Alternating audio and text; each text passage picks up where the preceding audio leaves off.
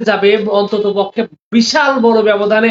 অনেক বড় বড় তো আসলে ওই মানে কি বলবো রাজনৈতিক বিশ্লেষক, কথিত রাজনৈতিক বিশ্লেষক তারা সবাই হামলে খেয়ে পড়তেছিল যে ছাত্র দলের যে জোট রয়েছে সেই ছাত্র দলের জোট বিশাল ব্যবধানে ভিপি জিএস হয়ে যাবে, বা বামপন্থীদের ওই যে উমামা ফাতেমা আছে উনিও বিশাল ব্যবধানে জিতে যাবে, অথবা আব্দুল কাদের খুব ভালোভাবে ভিপি হয়ে যাবে। ঠিক তার উল্টো পথে হেঁটে নতুন একটা জরিপ প্রকাশ করলো ন্যারেটিভ। এই ন্যারেটিভ এই জরিপ সংস্থা সরাসরি বলে দিল সবার কথা মিথ্যা, পুরো স্রোতের উল্টা দিকে যায়। মানে প্রথম আলো সহ যতগুলো বিশাল বিশাল বিখ্যাত বিখ্যাত সব জরিপ সংস্থাগুলো ছিল তখন তাদের যে এই প্রেডিকশন সেটার ঠিক উল্টা দিকে যায় বলতেছে কাজ হবে না, ডাকসুতে ভিপিজিএস এবং এজিএস সবই শিবিরের দখলে যাবে। যখন এই কথা বলছে তখন সারা দেশব্যাপী তো তুমুল হইচই পড়ে গেছে, এ কি বলছে কি বলছে, সত্য নাকি মিথ্যা, নানান কথা। যখন ডাকসু নির্বাচন হয়ে গেল তখন দেখা গেল যে ন্যারেটিভের এই জরিপই সত্যি, সেখানে বিপিজিএস না সবগুলো পদে মোটামুটি ডাকসুতে আপনার শিবির জিতে গেছে। ঠিক একই রকম অবস্থা আপনার জাহাঙ্গীরনগর বিশ্ববিদ্যালয়ে যখন ন্যারেটিভ তাদের জরিপ প্রকাশ করলো তখনও একই রকম কথা, যেটা অসম্ভব জাহাঙ্গীরনগর বিশ্ববিদ্যালয়ে কিভাবে শিবির যেতে। নির্বাচনে দেখা গেল এখানেও সেম কাহিনী। এইরকম ভাবে পর পর পর পর পাঁচটা জায়গায় যখন জরিপ ঘোষণা করলো সেই পাঁচটা জায়গায় জরিপে পাঁচটা জায়গায়কেই শিবিরের পক্ষে বা শিবিরের যে সঠিক যে জনমত যেটা শিবিরের পক্ষে ছিল সেটাকে তুলে নিয়ে আসলো। সর্বশেষ জগন্নাথ বিশ্ববিদ্যালয়ে ন্যারেটিভ বলছিল যে এখানে শিবির খুব ভালোভাবে জিতে যাবে, ঠিক সেইভাবেই দেখা গেল জগন্নাথ বিশ্ববিদ্যালয়েও আপনার শিবির জিতে গেল। তো সেই ন্যারেটিভ যে ন্যারেটিভ এর আগে পর পর পাঁচটি জরিপ করেছে, এই পাঁচটা জরিপেই তারা সঠিক তথ্য তুলে নিয়ে আনছে এবং নির্বাচনে সেইটাই দেখা গেছে। তো সেই ন্যারেটিভ এবার নতুন একটা জরিপ ঘোষণা করছে, সেটা হলো সংসদ নির্বাচন নিয়ে।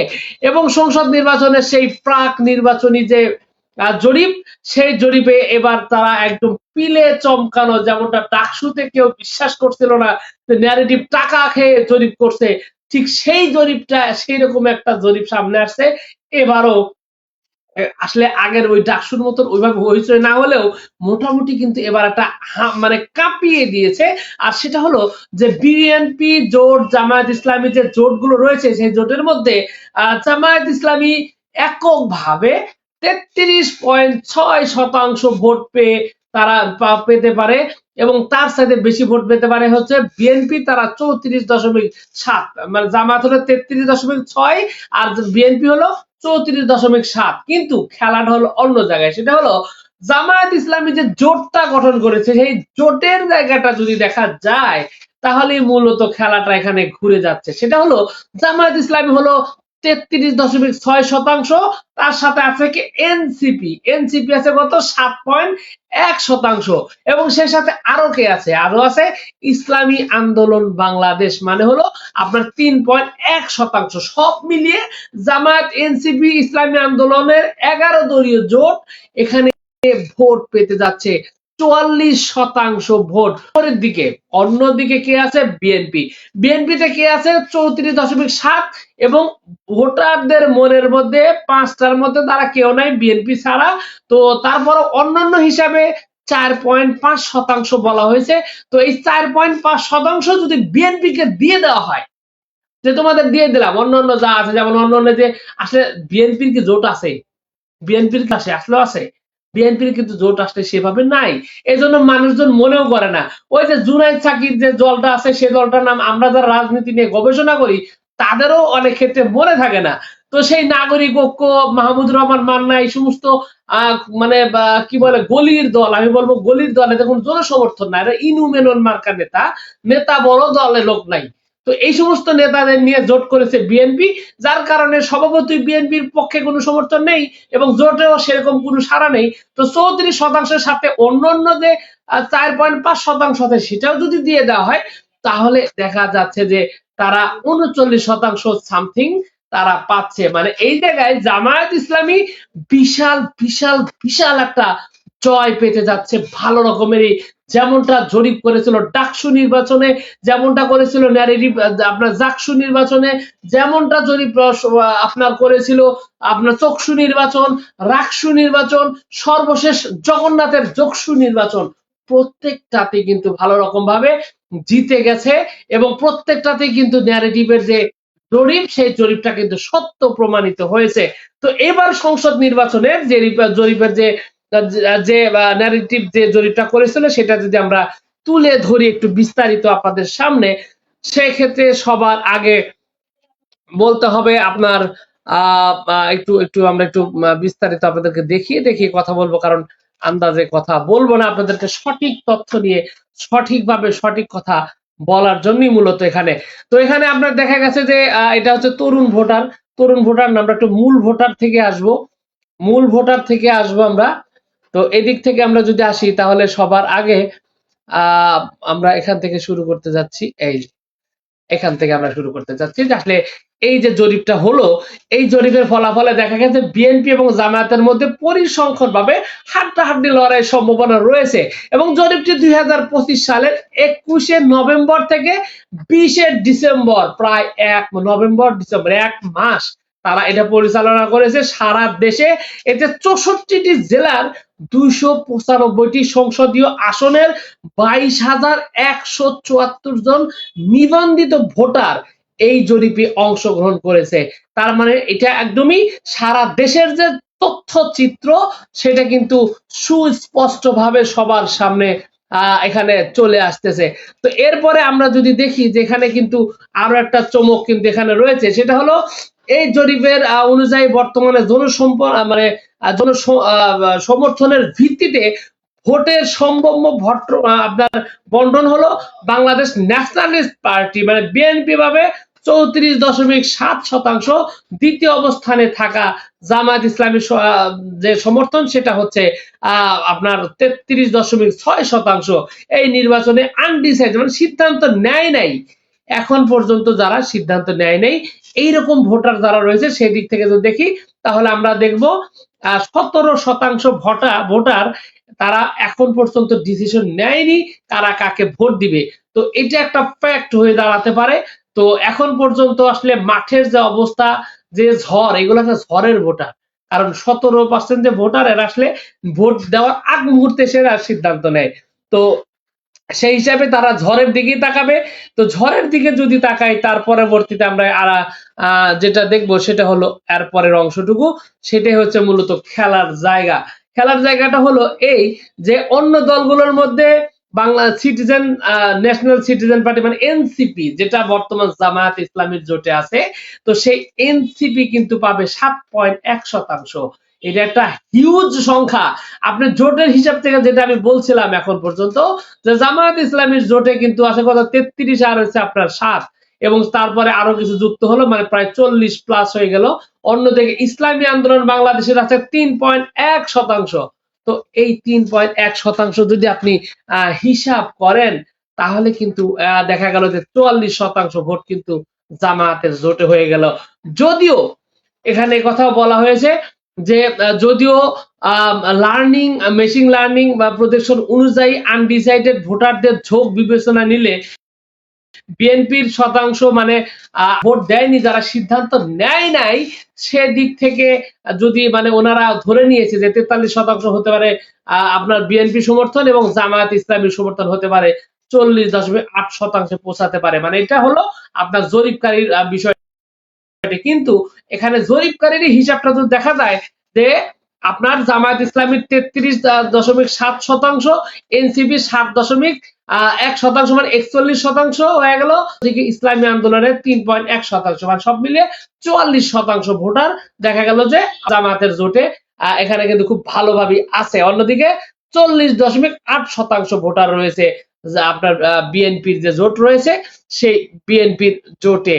এর পরবর্তীতে এই জোটে যে আরো যে তথ্যগুলো চলে আসছে সেই তথ্যগুলোর দিকে যদি আমরা তাকাই তাহলে এখানে দেখা যাবে যে বিএনপির অভিজ্ঞতা ও রাষ্ট্র পরিচালনার সক্ষমতা, বিএনপির 72.1% সমর্থক দলটির অতীত অভিজ্ঞতা প্রশাসনিক সক্ষমতাকে সমর্থনের প্রধান কারণ হিসেবে উল্লেখ করেছেন। মানে তাদেরকে বলা হয়েছিল যে তোমরা কেন ভোট দিবা বিএনপি কে, তারা বলছে যে আগে বিএনপি ক্ষমতায় এসেছিল এবং তাদের প্রশাসনিক ক্ষমতা ভালো আছে, সেদিক থেকে বিএনপি কে তারা সমর্থন দিয়েছে। এবং সেই সাথে বলছে যে ডেমোগ্রাফিক বিশ্লেষণে দেখা গেছে 30 থেকে 44% 44 বছর, 30 বছর থেকে 44 বছর পর্যন্ত 38.4% এবং 45 থেকে 49 বছর 37.4% বয়সী কর্মক্ষম ভোটারদের মধ্যে বিএনপির সমর্থন সবচাইতে বেশি। তো এখানে বিষয়টা বোঝা গেল এই যে 30 বছর প্লাস যারা রয়েছে এদিক থেকে একটু ভালো রকম 30 থেকে আপনার কত 30 থেকে আপনার 44 বছর এবং 44 থেকে 49 বছর এই সময়ের মধ্যে একটু বেশি আছে এবং মানে সিনিয়র যারা আছে তাদের মধ্যে আছে এবং সিনিয়র বলতে মানে মাঝামাঝি বয়স মধ্যবয়স্কদের মধ্যে বিএনপি সমর্থনটা বেশি এবং এর সাথে কর্মক্ষম ভোটারদের মধ্যে বিএনপি সমর্থন বেশি আছে। পেশাজীবীদের মধ্যে কৃষক আছে 42%, শ্রমিক আছে 40, কৃষক আছে 42.6%, শ্রমিক আছে কত 40.6%। এদের মধ্যে হচ্ছে আপনার বিএনপি মোটামুটি এই জায়গায় খুব ভালো রকমের শক্তিশালী আছে। তো মাঝামাঝি বয়সের যেটা বলা হয়েছে মাঝামাঝি বয়সের মধ্যে কিন্তু খেলাটা হলো ভিন্ন জায়গায়। সেটা হলো এই যে জামায়াত ইসলামী যে পজিশনটা শক্তিশালী, জামায়াত ইসলামীর যে শক্তিশালী অবস্থা সেটা হলো যে সততা এবং পরিবর্তনের রাজনীতি। এই যে পরিবর্তনের কথা বলছে এটা দেশে যে সাধারণ যারা ভোটার রয়েছে তারা এই বিষয়টা গ্রহণ করেছে।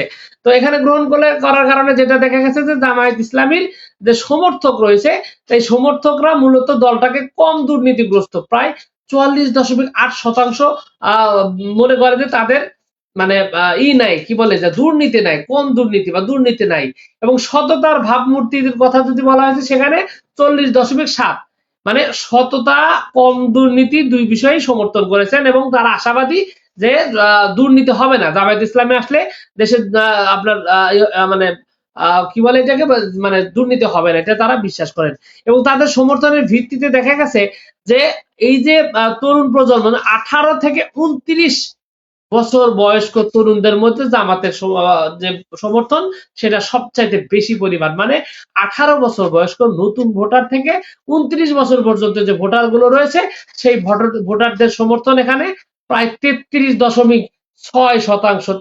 যে জেনজির কথা আমরা বলতেছিলাম সেই জেনজি যে ভোটার সেই ভোটার সম্পূর্ণই টানার মতন অবস্থায় কিন্তু রয়েছে জামায়াতে ইসলামী। তো এই বিষয়টাই মূলত এখানে খুব ভালোভাবে কাজ করছে। এরপরে আসেন শিক্ষিত এবং মানে কম শিক্ষিত স্বল্প শিক্ষিত এটা যদি ধরা হয় তাহলে সেদিক থেকে দেখা যাচ্ছে যে স্নাতক ডিগ্রিধারীদের মধ্যে প্রায় সর্বোচ্চ সংখ্যক মানে 37.4% এবং অন্য দলের চেয়ে বেশি জামাতের সমর্থন সবচেয়ে বেশি হলো আপনার স্নাতক ডিগ্রিদের মধ্যে। এছাড়া ডিজিটাল মিডিয়া সোশ্যাল মিডিয়ায় তরুণ এবং শিক্ষিতদের সম্পৃক্ত করার ক্ষেত্রে জামায়াত ইসলামী এগিয়ে রয়েছে। মানে এই যে অনলাইনে সোশ্যাল মিডিয়া অন্যান্য জায়গায় যে জামায়াত ইসলামী এত শক্তিশালী সেই বিষয়টাও কিন্তু এই জরিপে খুব ভালোভাবে চলে এসেছে। তো এছাড়াও আছে এনসিপি এবং জুলাই বিপ্লবের প্রভাব। সেদিক থেকে দেখা গেছে যে নতুন রাজনৈতিক শক্তি হিসাবে ন্যাশনাল সিটিজেন্স পার্টি এনসিপি সমর্থন করার পিছনে 36.7% মানুষ জুলাই বিপ্লবের ভূমিকাকে প্রধান কারণ হিসেবে দেখেন।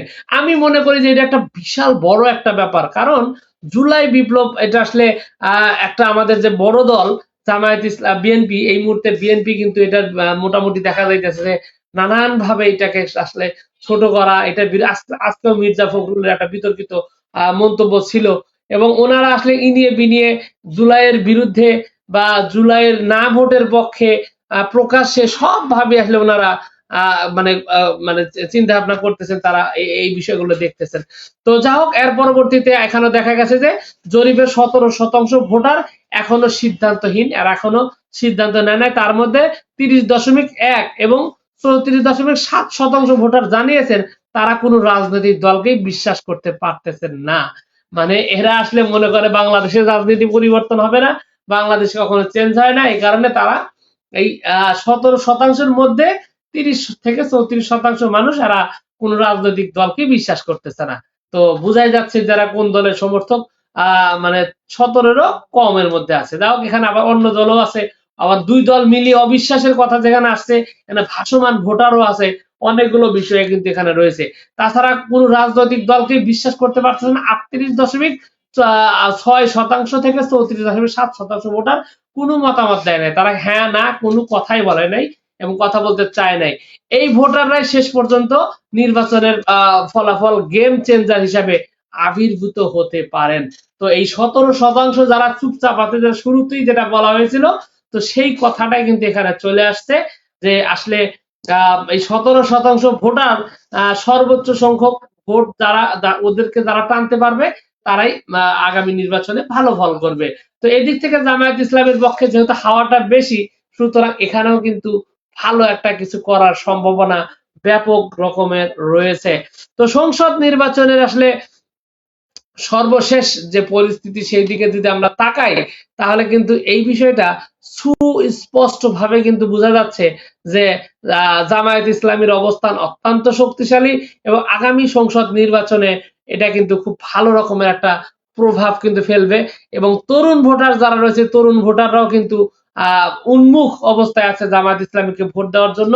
এবং সর্বশেষ আমরা কথা শেষ করব আর একটা কথা বলে, সেটা হলো মৃত্যুর জোয়ার থেকে ফিরে আসা জামায়াতে ইসলামীর কেন্দ্রীয় নেতা এটিএম আজহারুল ইসলাম, তিনি বলছেন যারা ভোট কেন্দ্র দখল করতে চান তারা কি করবেন, তারা যেন মা বউয়ের কাছ থেকে মাপ চেয়ে আসে, মানে ভোট কেন্দ্র দখলের কোনো সুযোগ নেই। এবং সেই সাথে আরো একটা কথা আপনাদেরকে যুক্ত করে আজকের কথা শেষ করবো এখানেই, আর সেটা হলো আমাদের আইন শৃঙ্খলা বাহিনীর যে পুলিশ রয়েছে, সেই পুলিশও কিন্তু এখানে বলেছে যে প্রত্যেক ভোট কেন্দ্রে থাকবে ক্যামেরা, থাকবে লাইভ দেখা যাবে থানা থেকে। সুতরাং নির্বাচন কারচুপির কোনো সুযোগ নেই, সুষ্ঠুভাবে নির্বাচন হতে যাচ্ছে, এটা আরোটা বোঝাই যাচ্ছে। তো যাই হোক, এই ছিল আজকের জরিপ বিশ্লেষণ। আশা করছি এই জরিপ বিশ্লেষণের সাথে আপনি একমত হবেন। যদি কোনো দ্বিমত থাকে অথবা অন্য কোনো পরামর্শ থাকে, তাহলে অবশ্যই সরাসরি কমেন্টস করে জানাতে পারেন। সব মিলিয়ে আজকে এইটুকুই ছিল আমার কথা। আপনাদেরকে সকলকে অনেক অনেক ধন্যবাদ জানিয়ে আজকের প্রোগ্রাম এখানে শেষ করছি। আপনাদের সকলকে অনেক অনেক ধন্যবাদ। আসসালামু আলাইকুম ওয়া রাহমাতুল্লাহ।